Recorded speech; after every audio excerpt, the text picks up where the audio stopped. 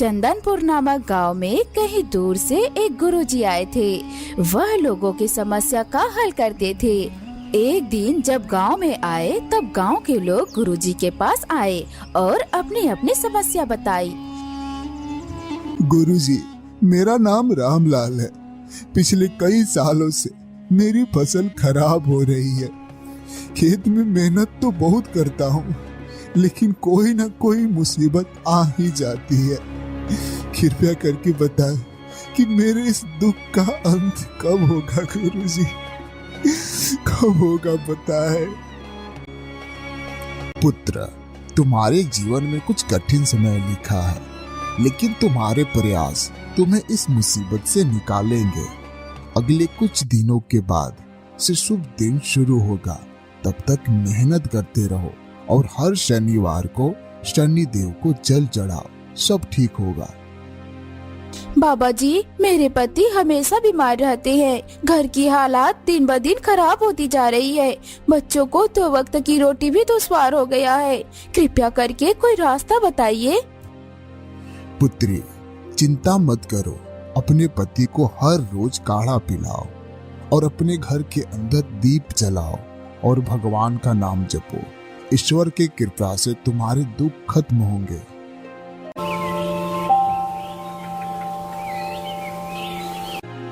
अरे बिमला, इतना सब कुछ होते हुए भी हमारे जीवन में ये अधूरापन क्यों है?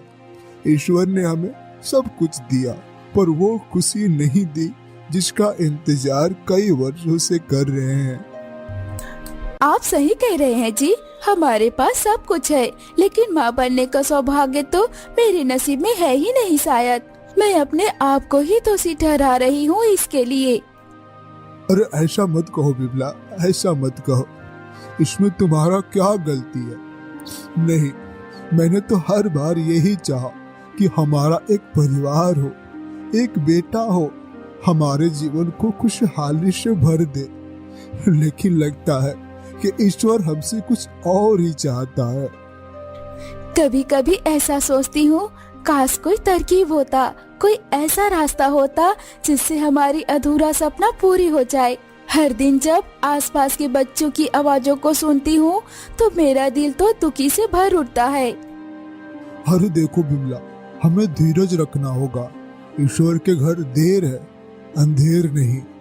हमारे सवालों का उत्तर जल्द ही मिलेगा।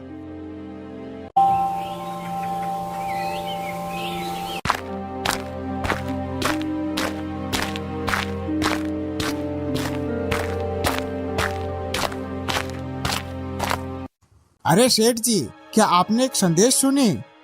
कौन सी संदेश मोहन? सेठ जी, सुना है कि गांव के बाहर एक बहुत ही आत्मज्ञानी गुरुजी आए हुए हैं। लोगों का मानना है कि उनकी बोली हुई हर एक बात सही हो जाती है। जो भी अपनी परेशानी को लेकर उनके पास आते हैं, वो हर समस्या का समाधान लेकर ही जाते हैं। क्या ये सच है मोहन? कौन है गुरुजी और कहाँ रुके हुए हैं? सेठ जी, वो बड़े बरगद के पास जो कुटिया है वहाँ रुके हैं, जहाँ सब लोग अपनी परेशानी लेकर जाते हैं। कल मैंने अपने पड़ोसी के गांव के बारे में सुना जो उनके पास गए थे। गुरुजी ने उससे ऐसा तरकीब बताया कि उसकी कई सालों पुरानी परेशानियां भी ठीक हो गई। अरे बिमला, सुना तुमने? शायद यही हमारे प्रश्न का उत्तर हो। चलो, हमें शीघ्र ही गुरुजी के पास जाना चाहिए। हाँ जी, अगर वो गुरुजी इतना शक्तिशाली है तो हमें उनसे मिलकर शीघ्र ही आशीष लेनी चाहिए। हो सकता है हमारी जिंदगी का सबसे बड़ा मुसीबत भी खत्म हो जाए। अरे मोहन, शीघ्र ही जाने की तैयारी करो। हम गुरुजी के दर्शन के लिए अभी ही जाएंगे। जैसी आपकी आज्ञा सेठ जी, मैं अभी इंतजाम करता हूँ।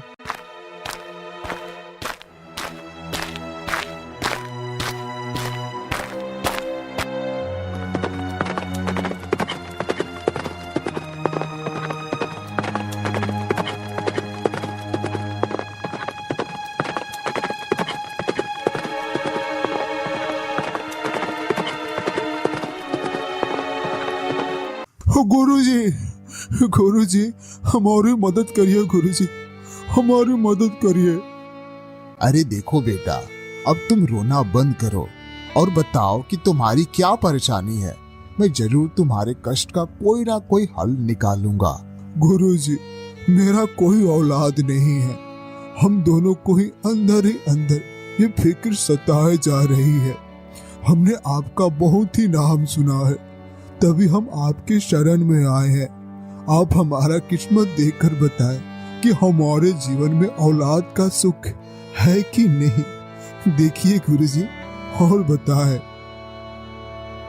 तुम चिंता मत करो, सब ठीक होगा। इतना कहकर गुरुजी ने 2 फल दिए और कहा, इन दोनों फल को आप दोनों पति पत्नी ग्रहण कर लेना। इससे तुम्हें जरूर औलाद का सुख प्राप्ति होगी। कुछ सालों बाद साहूकार के घर एक बेटे ने जन्म लिया। साहूकार और उसकी पत्नी बहुत ही खुश थे। अरे देखो तो कितना सुंदर बच्चा है। अरे उन गुरुजी की बात तो बिल्कुल सही निकली बिमला, बिल्कुल सही निकली। जी हाँ, आप सही कह रहे हैं। बिमला, क्यों ना हम गुरुजी को बुलाकर उनकी सेवा आराधना की जाए और हमारे बेटे का नामकरण भी उन्हीं से कराया जाए। क्या कहती हो?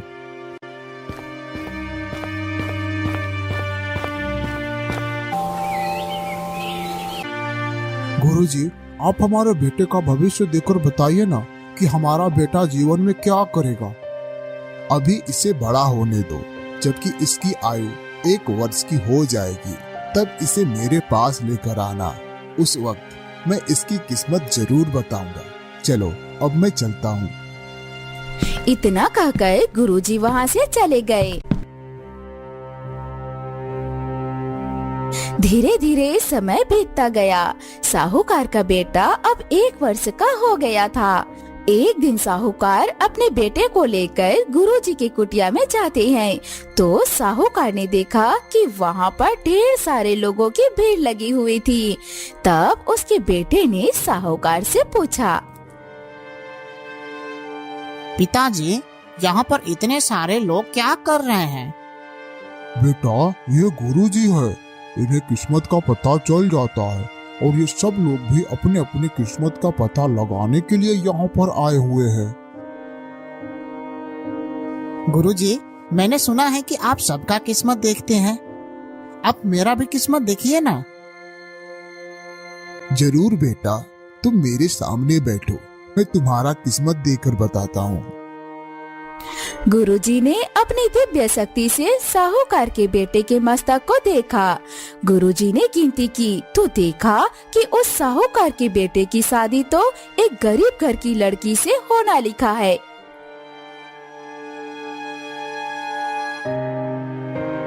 अरे अब क्या होगा? ये बालक तो एक बड़े ही ऊंचे घराने का लड़का है और उसका शादी एक गरीब घर की लड़की से होगा। गुरुजी ने ये सारी बातें उस साहूकार को बता दी। साहूकार ने जब ये सारी बातें सुनी तो कहने लगा, क्या? नहीं नहीं, मैं ऐसा नहीं होने दूंगा। पूरे शहर में मुझसे बड़ा धनी आदमी कोई नहीं है। अरे लोग मेरे सामने नमस्कार करते हैं। एक इतने ऊंचे घराने का मेरा बेटा अगर गरीब घर की लड़की से शादी करेगा तो मेरी आदर तो मिट्टी में मिल जाएगी। नहीं नहीं, मैं ऐसा कभी नहीं होने दूंगा। लेकिन क्या आप बता सकते हैं कि उस गरीब किसान का घर कहाँ पर है? इसके बाद उन गुरुजी ने और गहराई से देखा और जब उन्होंने गिनती की तो पता चला, इस शहर से कुछ दूरी पर जंगल के किनारे एक किसान का परिवार रहता है और उनके परिवार में अब तक 4 बेटियों का जन्म हो चुका था और जो किसान की तीसरी बेटी है जिसकी उम्र मात्र 1 साल है, जिसका नाम किसान ने पूजा रखा है। आपके बेटे का शादी उसी लड़की से होगा, ऐसा तुम्हारे बेटे की किस्मत में लिखा है। अब तो मैं अपने बेटे का किस्मत को जरूर बदल दूंगा और मैं इसमें योग्य भी हूँ। जब मैं अपने बेटे का किस्मत को जान ही लिया तब तो मैं इसे बदल सकता हूँ ना। अच्छा ठीक है गुरुजी, अब मैं भी देखता हूँ कि किस्मत बड़ा है या मैं बड़ा हूँ।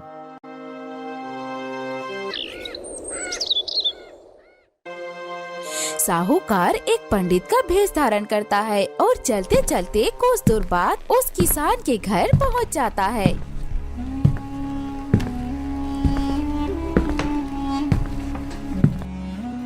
मुझ जैसे गरीब की झोपड़ी में आप आए हैं, ये तो मेरे लिए मंगल की बात है। आप अंदर आए ना, मैं आपके लिए कुछ खाने का प्रबंध करता हूँ। आइए पंडित जी, आइए। अरे नहीं, इसकी कोई जरूरत नहीं है किसान। मैं किसी खास परियोजना से तुम्हारे पास आया हूँ। मैं पता करना चाहता हूँ कि तुम्हारे घर में कोई 1 साल की बेटी है। हाँ पंडित जी, मेरी छोटी बेटी 1 साल की है। तो क्या उसका नाम पूजा है? हाँ पंडित जी, उसका नाम पूजा है। सुनो किसान, मेरे गुरुजी एक शक्तिशाली गुरु हैं। उनके कहने पर मैं यहाँ पर आया हूँ, इसलिए उन्हें सब पता है। आपके ऊपर एक बहुत ही बड़ी मुसीबत आने वाली है। जब तक तुम्हारी सबसे छोटी बेटी तुम्हारे घर में रहेगी, तब तक तुम्हें बेटा की प्राप्ति नहीं होगा। तुम अपने घर के अंदर अगर बेटा को खेलते हुए देखना चाहते हो, तो तुम्हें अपनी छोटी बेटी को घर से बाहर भगाना होगा। पंडित जी, अभी तो वो छोटी बच्ची है, अभी तो मात्र 1 साल की है। मैं उसे ऐसे भला कहाँ छोड़ सकता हूँ? कोई भी अपने बच्चों के साथ ऐसे कैसे कर सकता है? अरे किसान, मैं तुम्हें ये सब बता सकता हूँ कि तुम्हारे घर में तुम्हारी 1 साल की बेटी है और उसका नाम पूजा है। तो मैं तुम्हारी मदद भी कर सकता हूँ। देखो, बात यह है कि मेरा कोई भी बच्चा नहीं है। तुम ऐसा करो, अपने बच्चे को मुझे दे दो। मैं इसका देखभाल करूंगा और जब ये बड़ी हो जाएगी तो मैं एक अच्छे लड़के से इसका शादी भी करा देंगे। क्यों, क्या कहते हो?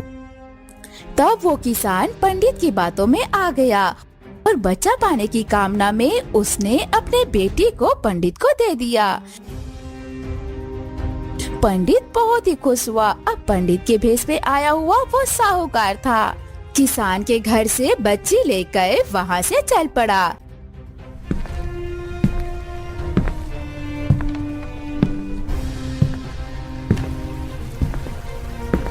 चलते चलते कुछ दूर जाने के बाद वो सोचने लगा, अगर मैंने इस बच्ची को मार दिया तो हम पर शिशु हत्या का श्राप लगेगा।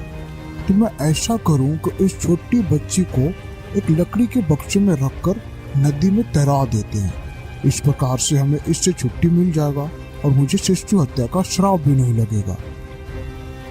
मुझे क्षमा करना छोटी बच्ची, ये सब करने पर मैं मजबूर हूँ। मेरा पुत्र तुम्हारे वजह से गरीब हाल में नहीं जी सकता। अब साहूकार का चिंता खत्म हो गया था कि उसके पुत्र का शादी एक गरीब लड़की से नहीं होगी। बेफिक्र होकर साहूकार अपने घर लौट आया। इधर भाग्य ने ऐसा मोड़ लिया कि वो लकड़ी का बॉक्स जिसमें बच्चा रखा हुआ था नदी में बहता जा रहा था। बहुत दूर पहुंचने पर गंगा नदी में एक स्वामी गंगा स्नान करने आए थे। जब उन्होंने देखा कि नदी में एक लकड़ी का बॉक्स बहता हुआ उनकी तरफ आ रहा है, तो उन्होंने तुरंत उस लकड़ी के बॉक्स को पकड़ लिया। अरे इतना छोटा बच्चा, कैसे लोग हैं जो इस पानी में फेंक दिया। हे गंगा मैया, आपने मेरी पुकार सुन ली। ये बच्चा मेरी गोद भरने के लिए आपने भेजी है। ये मेरी जिंदगी की सबसे बड़ी खुशी की बात है।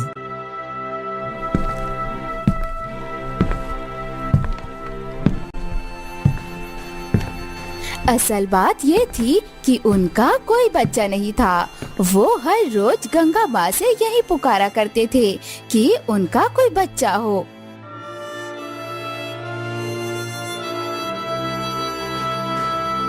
ये कौन है जी? अरे भाग्यवान, देखो मैं रोज गंगा माँ से पुकार करता था कि हमारे यहाँ बच्चा हो। अरे देखो तो आज गंगा माँ ने हमें एक बेटी दे दी है।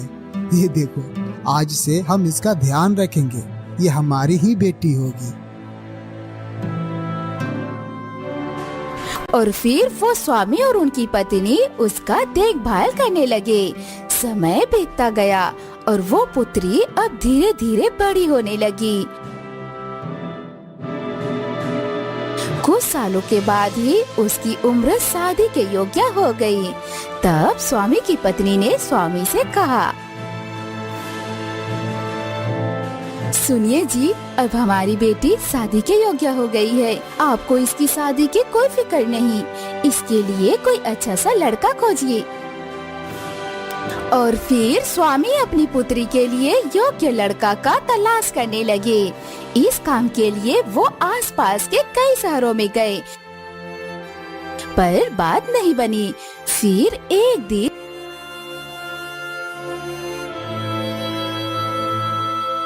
वो चलते चलते उस शहर में जा पहुँचे जहाँ साहूकार रहता था। स्वामी ने वहाँ के लोगों से पूछा, अरे क्यों भाई, क्या तुम्हारे शहर में शादी योग्य कोई अच्छे रिश्ते हैं? हाँ, हमारे शहर में साहूकार जी का बेटा है, वो भी शादी के योग्य है। और आप भी एक स्वामी हो और उच्च कुल के हो, आपको तुरंत ही साहूकार से जाकर मिलना चाहिए।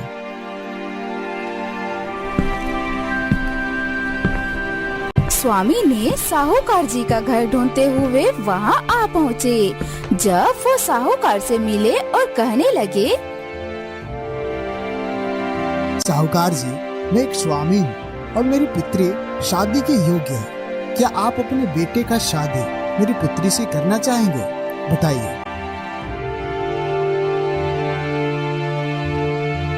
साहूकार को जब ये पता चला कि एक ऊंचे कुल का स्वामी ही उसके पुत्र के लिए संबंध लेकर आए हैं, तो साहूकार मन ही मन बहुत खुश हुआ।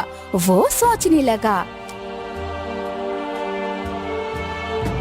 क्या कहा था, मेरे बेटे की किस्मत में एक गरीब किसान खानदान की लड़की लिखी थी, और कहा ये स्वामी स्वयं मेरे पुत्र के लिए संबंध लेकर आए हैं।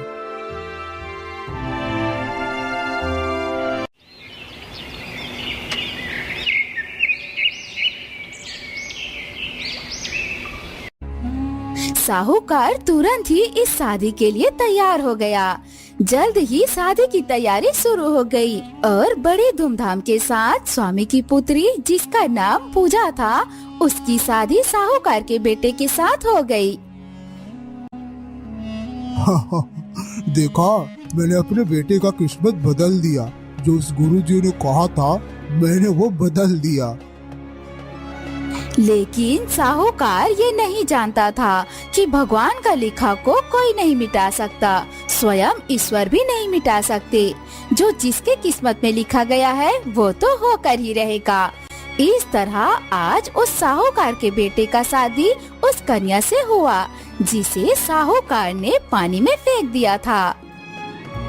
साहूकार का बेटा एक खूबसूरत पत्नी पाकर खुश था और वो लड़की भी एक खूबसूरत पति पाकर खुश थी। और साहूकार इस बात से खुश था कि मैंने अपने बेटे की किस्मत बदल दिया।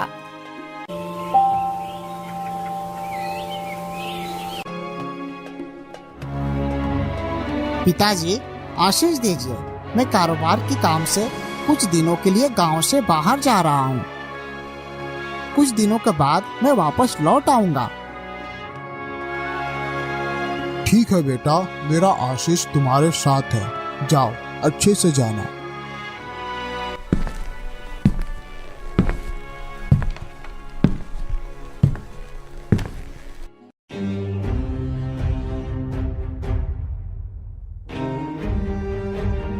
ए जी, आज 2-3 दिन हो गए हमारे बेटे को घर से बाहर गए हुए।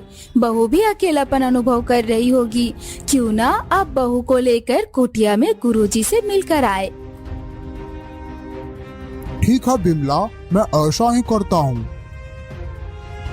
नमस्कार गुरुजी, मैंने किस्मत का लिखा हुआ बदल दिया। ये सुनकर गुरुजी हंसने लगे। साहूकार गुरुजी को हंसता हुआ देखकर पूछने लगा, गुरुजी, आप हंस क्यों रहे हो? ये वही लड़की है जिसको तुमने गंगा में फेंक दिया था। क्या ये वही कन्या है गरीब किसान की जिसे मैंने गंगा में बहा दिया था? फिर भी ये मेरे घर में बहू बनकर कैसे आ गई? बेटी, तुम अपने माता पिता की इकलौती पुत्र हो। पिताजी, मेरे असली माँ बाप तो बहुत दुष्ट थे। उन्होंने मुझे 1 साल की उम्र में ही नदी में फेंक दिया था और मेरे नए माता पिता हैं। उन्होंने मुझे नई जिंदगी दिया। जिस दिन से मुझे जिंदगी मिला है तब से वही लोग मेरे माता पिता हैं। जब साहूकार को यकीन हो गया कि वही किसान की बेटी है, तो साहूकार ने उस लड़की से छुटकारा पाने के लिए एक रास्ता निकाली और फिर वो अपनी बहू से बोला, बेटी, अगर तुम चाहती हो कि तुम्हारी पहला ही बच्चा पुत्र हो तो तुम्हें मेरे साथ नदी के पास चलना होगा। ठीक है पिताजी, मैं नदी के पास जाने के लिए तैयार हूँ। वो नदी के पास जाने के लिए तैयार हो गई। जब ससुर और बहू नदी के किनारे पहुँचे तो साहूकार ने अपने हाथ से एक अंगूठी निकाला और कहने लगा, बेटी, ये जो अंगूठी मेरे उंगली में है ये मेरे गुरुजी ने दिए थे। ये कहकर साहूकार ने वो अंगूठी नदी में फेंक दी और कहने लगा, बेटी, मेरे गुरुजी ने कहा था कि जिस दिन तुम्हें ये अंगूठी मिल जाए उस दिन तुम अपने घर लौट सकती हो। अगर तुम्हें ये अंगूठी नहीं मिली और फिर भी तुम अपने पिता के घर गए या अपने ससुराल वापस आई तो तुम अपने पति से हाथ धो बैठोगी। इसलिए जब तक तुम्हें ये अंगूठी नहीं मिल जाती तब तक तुम इन दोनों जगहों में से कहीं नहीं जा सकती, ना ही अपने मायके और ना ही अपने ससुराल। यदि तुम मेरी बात मानोगे तो अवश्य ही तुम्हें बेटे की प्राप्ति होगी और तुम्हारा किस्मत भी बदल जाएगा।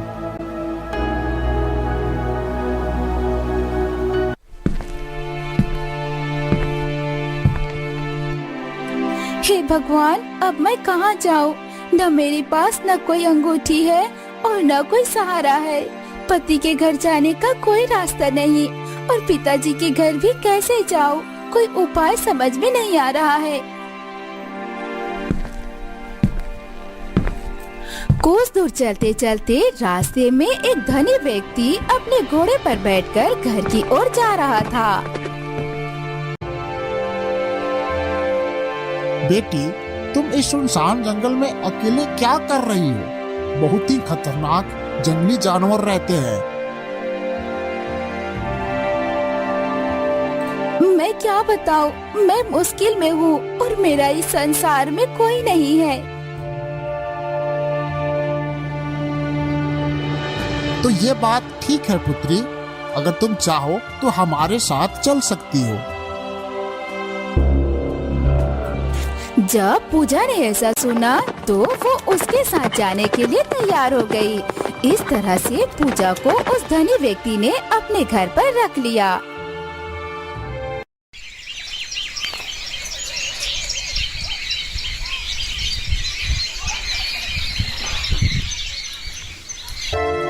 काफी समय गुजरने के बाद साहूकार का बेटा अपने घर वापस लौटा तो उसने अपने पिताजी से अपनी पत्नी के बारे में पूछा। पिताजी, पूजा कहीं नहीं दिखाई पड़ रही है। अरे बेटा, मत पूछो कि मेरी बहू को क्या हुआ। अरे, तुम्हारी पत्नी नदी में स्नान करते समय नदी में डूब गई और उसकी मृत्यु हो गई। अपनी पत्नी के गुजरने की बात सुनकर साहूकार का पुत्र बहुत ही दुखी हुआ और साहूकार ने अपने पुत्र को समझाया। अरे बेटा, जो होना था वो हो गया, क्या ही कर सकते हैं। हमें आगे के बारे में सोचना चाहिए। बेटा भी अपने पिता की बात मान ली और फिर हुआ यूं कि जिस गांव में वह साहूकार रहता था, साहूकार के पुत्र के लिए उसी गांव से एक रिश्ता आया।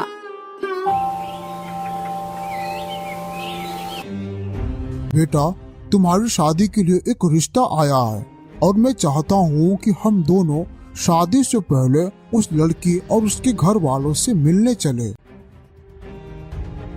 ठीक है पिताजी, जैसा आपको सही लगे, मैं करने को तैयार हूँ।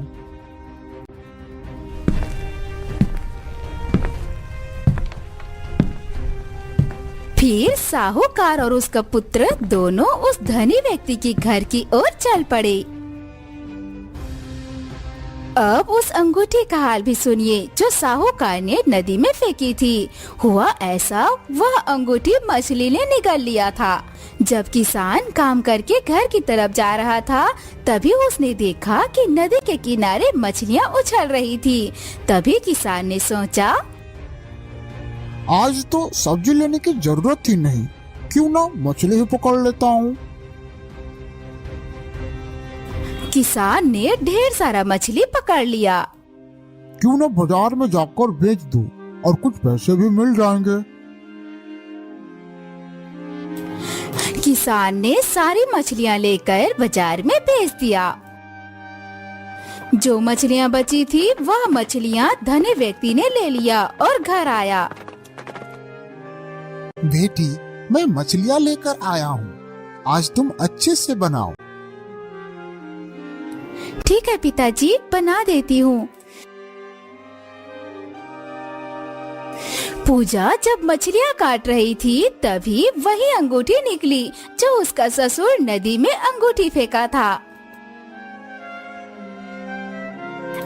अरे, यह तो मेरे ससुर की अंगूठी है। मैंने तुरंत पहचान लिया। इसका मतलब यह है कि अब मैं अपने ससुराल जा सकती हूँ।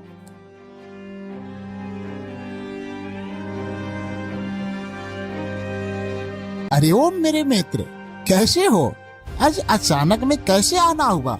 बहुत दिनों के बाद दिख रहे हो। अरे मेरे दोस्त, बस तुम्हारी याद आई और मैं चला आया। वह सभी अपने ही बातें करने लगे। तभी पूजा ने पति और ससुर की बातें सुनी तो कहने लगी, अरे, यह तो मेरे ससुर और पति की आवाज है। क्या वो सब इधर आए हैं? वो तुरंत उस कमरे में आ गई जहाँ पर सभी बातें कर रहे थे।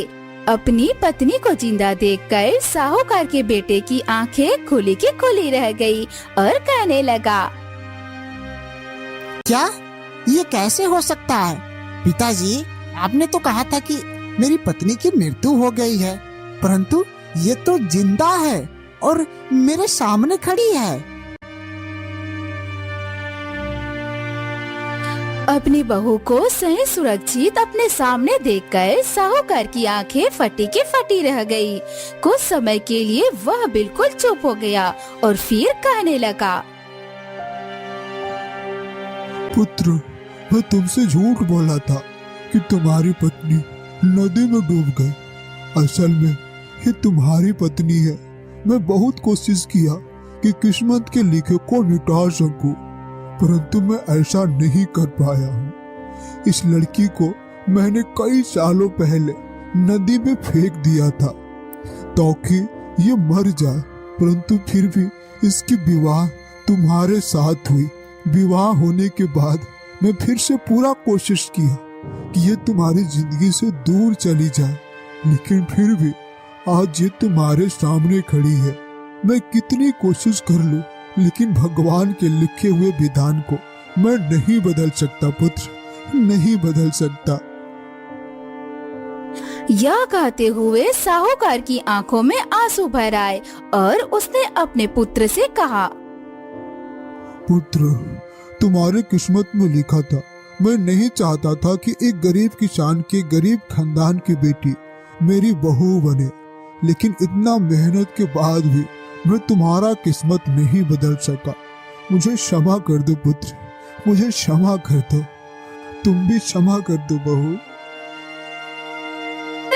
घर वापस आया और फिर उसने सच्चे मन से उसे अपनी बहू स्वीकार कर लिया। अब से साहूकार और उसका परिवार खुशी खुशी जीवन बिताने लगे।